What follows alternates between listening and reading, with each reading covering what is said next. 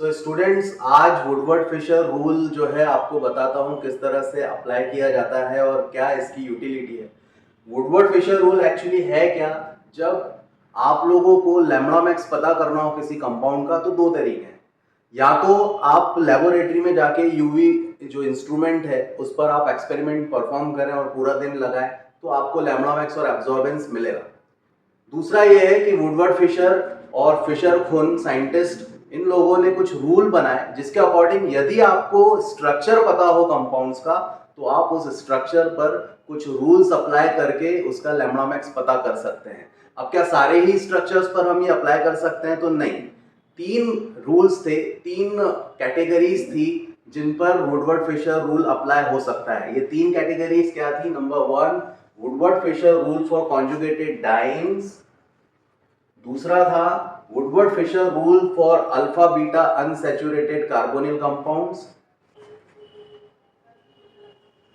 और जो तीसरा रूल उन्होंने बनाया वो था एरोमेटिक कंपाउंड्स के लिए। जो आज हम पढ़ने जा रहे हैं वो यही है, Woodward Fisher rule for aromatic compounds और बेंजोइल डेरिवेटिव। अब यहाँ पर कुछ रूल्स जो है आपने ऑफलाइन क्लासेस में ऑलरेडी पढ़ चुके हो। यहाँ मैं आपको बता रहा हूँ डायरेक्ट एरोमेटिक कंपाउंड्स पर क्या बेस वैल्यू रहती है और कौन कौन से फंक्शनल ग्रुप आने पर हम लोग उसमें इंक्रीमेंट कितने का कर सकते हैं। ऑफलाइन क्लासेस में आप लोगों ने कॉन्जुगेटेड डाइंस और alpha beta unsaturated carbonyl compounds के लिए रूल्स सीखे हैं, जैसे homoannular ring, heteroannular ring क्या होती है, एक्सोसाइक्लिक डबल बॉन्ड्स क्या होते हैं, रिंग रेसिड्यू क्या होते हैं, double bond extending the conjugation क्या होता है। आई थिंक ये आपको पता है, और यदि नहीं तो वेट कीजिए, ये वीडियो भी बहुत जल्दी आ जाएंगे। सो आप लोग के लिए पहले क्या है, Woodward Fisher rule for aromatic compounds. अब एरोमेटिक कंपाउंड में सबसे इंपॉर्टेंट जो आपको पता है वो होता है बेंजीन, राइट। अब बेंजीन में जनरली आपको ये पोजीशंस याद रखनी है, ऑर्थो, मेटा और पैरा। सो एरोमेटिक कंपाउंड्स में पोजीशन आपको ध्यान रखनी है। नंबरिंग बहुत ही इंपॉर्टेंट है दोस्तों, जैसे कि 2 और 6 आपका हो जाएगा ऑर्थो, फिर 3 एंड 5 आपका हो जाएगा मेटा, एंड 1 एंड 4 आपका हो जाएगा पैरा। ये बहुत इंपॉर्टेंट है, इसी कारण से आपको नंबरिंग बहुत ध्यान से करनी है इस रूल्स में। अब आपको मैं यहाँ पर बेस वैल्यू बताता हूँ। जैसा कि आप स्क्रीन पर देख पाएंगे, बेस वैल्यू स्क्रीन पर आप देख पा रहे हैं। यदि एरोमेटिक कंपाउंड हो और उसमें कीटोन ग्रुप लगा हो तो आपका जो बेस वैल्यू रहेगा वो 246 नैनोमीटर रहेगा। यदि यहाँ पर एल्डिहाइड है, एरोमेटिक कंपाउंड यानी बेंजीन के साथ आपको यहाँ पर एल्डिहाइड दिख रहा है, तो उसका जो बेस वैल्यू रहेगा वो 250 नैनोमीटर्स रहेगा। यदि आपको यहाँ पर एरोमेटिक कंपाउंड के साथ कार्बोक्सिलिक ग्रुप दिख रहा है, यानी COOH आपको बेंजीन के साथ में लिखा हुआ मिल रहा है, तो वहां पर इसका जो बेस वैल्यू हो जाता है वो 230 नैनोमीटर हो जाता है। और वैसे ही एरोमेटिक एस्टर्स के लिए भी ये 230 नैनोमीटर होता है। वहीं यदि हम इंक्रीमेंट्स की बात करें तो ऑर्थो, मेटा और पैरा पोजीशन पर अलग अलग फंक्शनल ग्रुप के लिए इंक्रीमेंट अलग अलग होता है। जैसा आप स्क्रीन में देख रहे हैं, ऑब्जर्व कर रहे होंगे कि ऑर्थो में जो है वो इंक्रीमेंट कम है और मेटा में थोड़ा बढ़ जाता है, या तो सेम रहेगा या बढ़ेगा, और पैरा में तो ऑब्वियसली ये बढ़ ही रहा है। तो आपको जीपैट नाइपर या किसी भी एग्जाम में क्वेश्चन यदि आए कि कौन सी पोजीशन पर बेंजीन कंपाउंड में यदि हम लोग फंक्शनल ग्रुप ऐड करें तो मैक्सिमम लैम्बडा मैक्स में जो है वो एडिशन या इंक्रीमेंट होगा, तो आंसर आएगा दोस्तों पैरा पोजीशन पर, राइट। सो यहाँ पर ऑटोमेटा पैरा पोजीशन आप ध्यान रखें। इसके अलावा से आप देख रहे हैं जैसे कि यहाँ पर अल्काइल ग्रुप या रिंग रेसिड्यू ऑर्थो पोजीशन पर हो तो +3 नैनोमीटर का इंक्रीमेंट होता है, मेटा पर 3 का, पैरा पर 10 का। यही यदि हाइड्रोक्सिल ग्रुप रहे तो 7 बहुत यहाँ पर ध्यान रखने वाली बात यह है, यदि क्लोरो ग्रुप जुड़ा हुआ हो, क्लोरो ग्रुप यदि ऑर्थो पर आए या मेटा पर आए तो कोई इंक्रीमेंट नहीं होता, ये बात आपको ध्यान रखना है। यदि क्लोरो ग्रुप जो है वो पैरा पोजीशन पर आ जाए तो वहां पर 10 नैनोमीटर यानी 10 नैनोमीटर्स का इंक्रीमेंट होगा। अब आपको यहाँ पर मैं कुछ एग्जांपल्स बता रहा हूँ, हम उसको सॉल्व करके देखते हैं। ये तो आपने बेस वैल्यू देखी और कुछ टेबल देखी किस तरह से हम लोग इंक्रीमेंट करते हैं फंक्शनल ग्रुप के लिए, लेकिन अब इसका इम्प्लीमेंटेशन कैसा होगा वो मैं आपको कुछ एग्जाम्पल सॉल्व करके बताता हूँ। सो स्टूडेंट, बोर्ड पर आप एग्जाम्पल्स देख रहे हैं, हम इस पर आप कैसे वुडवर्ड फिशर रूल इंप्लीमेंट करेंगे ये सिखाता हूँ आपको। सबसे पहले आप जो एरोमेटिक कंपाउंड दिख रहा है इसको पहचानिए कि बेस वैल्यू हम इसमें क्या इंप्लीमेंट करेंगे। सो यहाँ पर क्योंकि आप CO ग्रुप देख रहे हैं तो बेस वैल्यू जो मैंने आपको स्क्रीन पर दिखाई, इसका बेस वैल्यू कितना आएगा 246 नैनोमीटर। अब दूसरा आता है इसमें नंबरिंग, बहुत इंपॉर्टेंट है, आप नंबरिंग कर लीजिए। नंबरिंग आप लोगों को पता है कि जहां पर आपका सिस्टम जनरेट हो रहा है वहां से स्टार्ट कर दीजिए। अब सेकंड इसमें आता है आपको रिंग रेसिड्यू गिनने। अब रिंग रेसिड्यू कैसे गिनेंगे, डबल बॉन्ड इसकी वजह से एक यहाँ, इसकी वजह से एक यहाँ, ये तो गया, इसको आप कैलकुलेशन में नहीं लेंगे। फिर रिंग रेसिड्यू इसकी वजह से एक यहाँ, इसकी वजह से एक यहाँ, ये भी गया। फिर अगला ऐसे ही ये रिंग रेसिड्यू इसमें एक भी नहीं है। फिर अगला आपको सब्स्टिट्यूशन देखना है, कौन सी पोजीशन पे आ रहा है। यहाँ पर एक 3 नंबर पर और 4 नंबर पर हाइड्रोक्सिल ग्रुप जुड़ा हुआ है।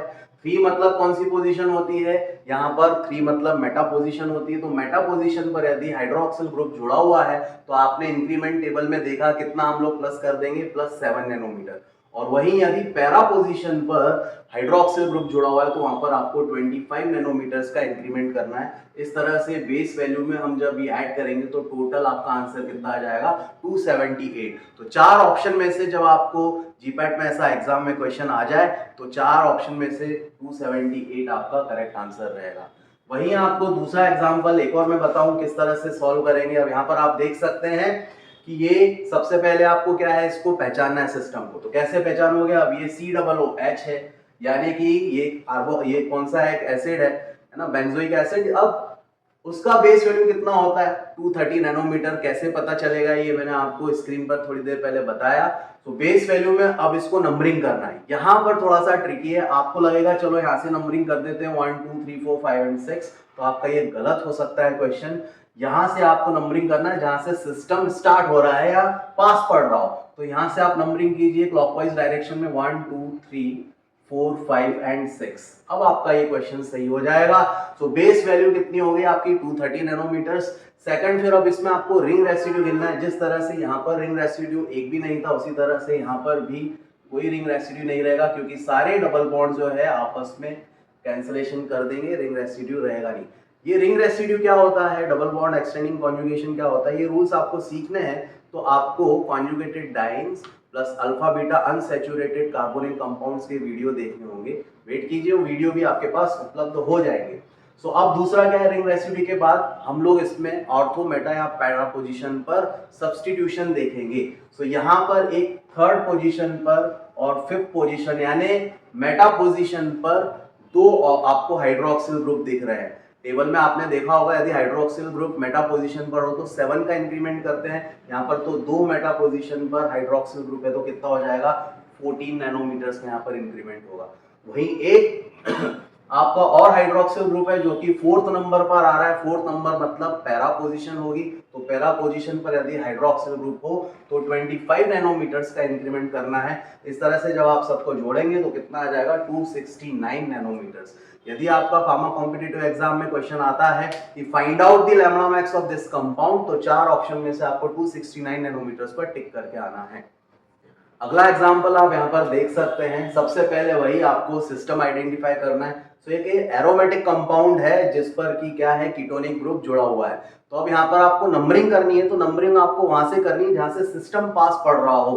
तो यहाँ से नंबरिंग हो जाएगी 1 2 3 4 5 एंड 6। तो ये नंबरिंग हो गई। अब इसमें रिंग रेसिड्यू आपको कैलकुलेट करना है। तो इस डबल बॉन्ड की वजह से एक रिंग रेसिड्यू यहाँ आया, इसकी वजह से एक यहाँ आया, ये तो कैंसिल हो गया। फिर इसी की वजह से यहाँ है, इसकी वजह से यहाँ है, ये भी कैंसिल हो गया। अगला रिंग रेसिड्यू एक इसकी वजह से यहाँ और इसकी वजह से यहाँ, ये कैंसिल हो गया। एक रिंग रेसिड्यू इस डबल बॉन्ड की वजह से यहाँ पर भी आ रहा है, तो इसको हमें काउंट में लेना होगा। तो अब हम इंप्लीमेंट करते हैं। सबसे पहले जो सिस्टम है ये कीटोनिक ग्रुप है, तो जो बेस वैल्यू रहेगी वो कितनी रहेगी, 246 नैनोमीटर। अब यहाँ पर ये 3 नैनोमीटर किस चीज का है, तो ये रिंग रेसिड्यू है। देखें एक रिंग रेसिड्यू कौन सी पोजीशन पर आ रहा है, सेकंड पोजीशन पर। अब सेकंड यानी होता है ऑर्थो, तो ऑर्थो पर यदि रिंग रेसिड्यू आए तो +3 का इंक्रीमेंट करते हैं। ये कहां से पता चल रहा है हमें, मैंने आपको जो टेबल बताई थी अभी स्क्रीन पर शेयर की थी, उसमें जो वैल्यूज लिखी हुई है वो आपको याद करनी होगी। इसके बाद अब यहाँ पर आप देखें तो एक 4th पोजीशन पर जो है मिथॉक्सी ग्रुप जुड़ा हुआ है। यदि 4th पोजीशन है मतलब क्या है, वो पैरा पोजीशन है दोस्तों। तो पैरा पोजीशन पर यदि मिथॉक्सी ग्रुप है तो वहां पर +25 का इंक्रीमेंट होगा। एक और एग्जांपल हम डिस्कस करते हैं। यहाँ पर ये आपको दिख रहा है, यहाँ पर अगेन सबसे पहले क्या करेंगे, हम सिस्टम पहचानेंगे। तो ये बेंजीन यानी एरोमेटिक कंपाउंड है और इसमें ये कीटोनिक ग्रुप जुड़ा हुआ है। दैट मींस इसका जो बेस वैल्यू होगा वो होगा 246 नैनोमीटर्स। इसके बाद यहाँ पर अब आपको रिंग रेसिड्यू कैलकुलेट करने हैं। तो ये आप गया, ये भी गया, ये भी नहीं है और यहाँ पर भी नहीं, बस एक रिंग रेसिड्यू इसकी वजह से यहाँ पर आ रहा है। नंबरिंग जरूर कर लीजिए। अब यहाँ पर नंबरिंग बहुत इंपॉर्टेंट है। कैसे नंबरिंग होगी, यहाँ पर सिस्टम पास पड़े उस वाले बेंजीन के कार्बन से आपको नंबरिंग स्टार्ट करनी है। यहाँ पर सिस्टम पास पड़ रहा है मतलब नंबर 1 इसको दे दीजिए आप, 2, 3, 4, 5 एंड 6। अब आपका आंसर यहाँ पर सही आ जाएगा। सो यहाँ पर कौन सी पोजीशन पर रिंग रेसिड्यू आ रहा है, 6th पोजीशन पर आ रहा है। हम जानते हैं 2 और 6 क्या होता है, ऑर्थो, तो इसीलिए यहाँ पर +3 का इंक्रीमेंट आपको देखने को मिलेगा। सेकंड नंबर यानी अगेन ऑर्थो पोजीशन, यहाँ पर ऑर्थो पोजीशन पर यदि हाइड्रोक्सिल ग्रुप है तो अगेन +7 नैनोमीटर का यहाँ पर एक इंक्रीमेंट दिख रहा है। फिर यहाँ पर एक और सब्स्टिट्यूशन है, दैट इज क्लोरो कंपाउंड। ये 5th यानी कि मेटा पोजीशन पर क्लोरीन यदि है तो टेबल में आप देखेंगे कोई भी इंक्रीमेंट नहीं होगा, वहां पे 0 नैनोमीटर का इंक्रीमेंट होगा। सो ये भी आप इनको जोड़ेंगे तो क्या आ जाएगा, 256 नैनोमीटर। तो इतना आसान है, बहुत इंटरेस्टिंग रूल्स हैं, आप लोग इसको सीख सकते हैं।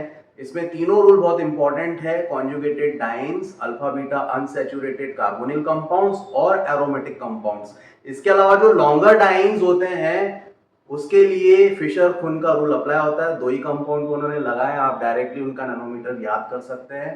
ये लास्ट ईयर से आना स्टार्ट हो गया, बहुत ही इंपॉर्टेंट क्वेश्चंस रहते हैं। सो आपको और भी ये सीखना है, ऑफलाइन क्लासेस स्टार्ट हो चुकी हैं, आप ज्वाइन कर सकते हैं, ऑनलाइन भी आप ज्वाइन कर सकते हैं। और कॉन्जुगेटेड डाइन्स और alpha beta unsaturated carbonyl compounds के वीडियो भी पोस्ट होंगे, उसके लिए आपको चैनल सब्सक्राइब करना होगा। आप जल्दी से चैनल सब्सक्राइब कर लीजिए और ऑफलाइन ऑनलाइन क्लासेस भी आप ज्वाइन कर सकते हैं। Download the app pharmacy coaching classes. Thank you very much.